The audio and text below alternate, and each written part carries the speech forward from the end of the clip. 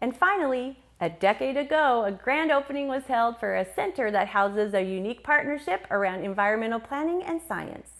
Now the Center for Urban Waters is celebrating 10 years in operations. Stacy Ellifrit has more on this innovative space. Located next to the shining waters of the Thea Foss Waterway is a building designed to be flexible and adaptable to house many environmental disciplines. The Center for Urban Waters held its grand opening ceremony in September 2010 on the heels of a monumental cleanup of the waterway. A partnership came together to demonstrate a commitment to keeping these waters in the Puget Sound clean. So Urban Waters combines scientists and engineers from the city of Tacoma, researchers from the University of Washington, and policymakers from Puget Sound Partnership, which is the state agency responsible for the cleanup of Puget Sound. So that allows a greater collaboration between the groups. One of the important things to come out of that was ability to fingerprint chemicals. So from a water sample, we can characterize a pollutant enough so that we can trace the actual source location of it.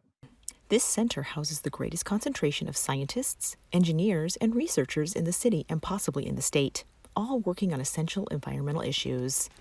Environmental Services is responsible for operating the laboratory as well as a lot of the monitoring and the capital projects that are built by the Environmental Services Division.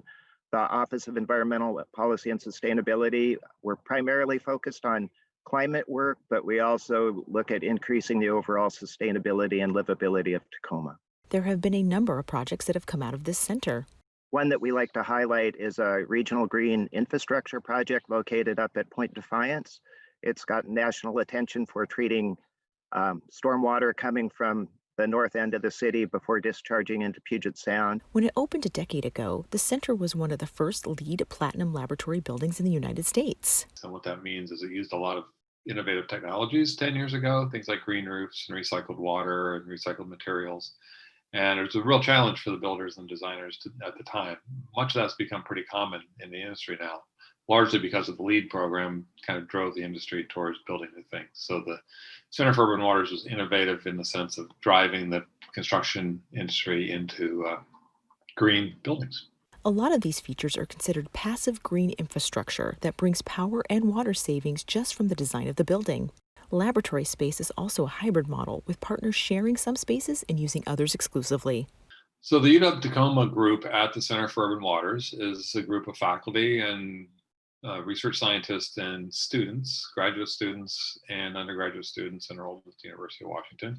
And they do a variety of different research projects, all kind of built around the questions of water quality, particularly in urban areas, as the name implies. So we have state-of-the-art analytical facilities, great laboratories, and that allows us to measure all kinds of chemicals and other things in the waters of Puget Sound and beyond. An interesting feature of the Center for Urban Waters is the common goal of these three groups of protecting the Puget Sound, but all having a different perspective. So the university is a research organization. We're trying to develop new techniques, new technologies, discover new issues.